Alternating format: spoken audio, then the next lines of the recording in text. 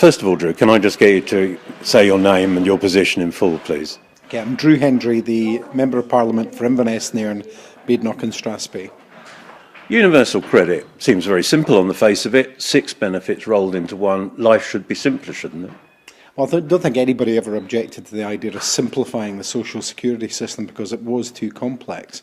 But what we've actually seen is that the system might have become simpler for the government to roll out, but it's actually become incredibly complex for the users.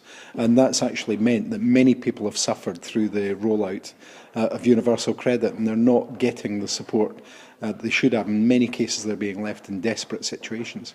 Why do you think this has happened? It's very hard to tell. Since 2013, I was leader of the council in Highland at that time.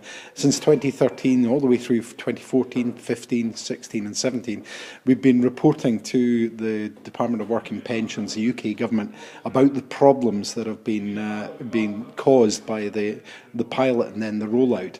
We've given them very simple stories about the things that have gone wrong, ways to actually fix them, to allow people to talk together to get the correct responses.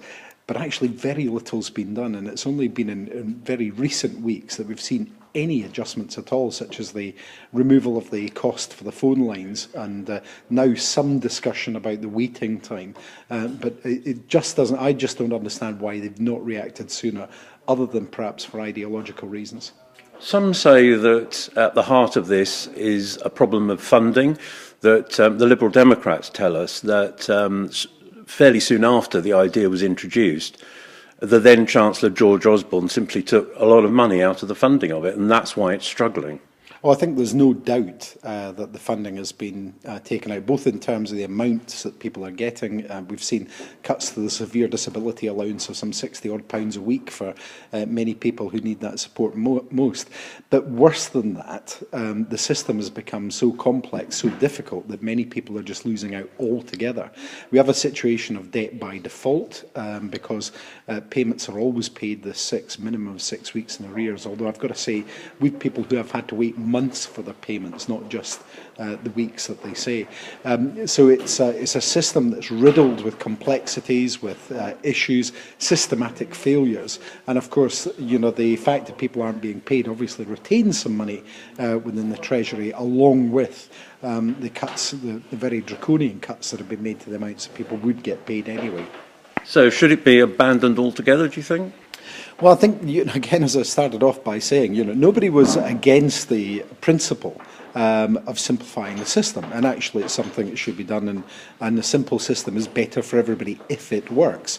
So what we've called for is not for the system to be scrapped, but for the whole process to be halted, fixed, the information from users, from the different organisations that are helping it, taken on board, taken seriously, and then actually make sure that they do something with it to fix these problems for people.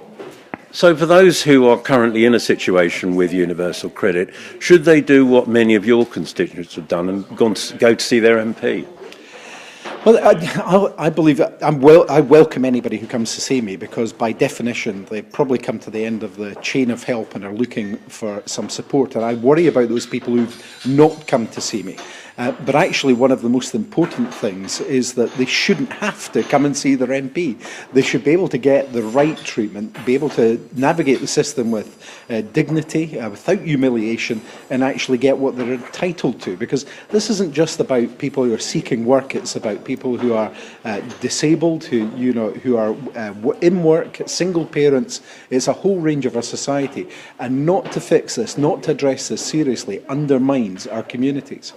Thank you very much indeed, Drew. Thanks a lot. Thank you. Is that okay?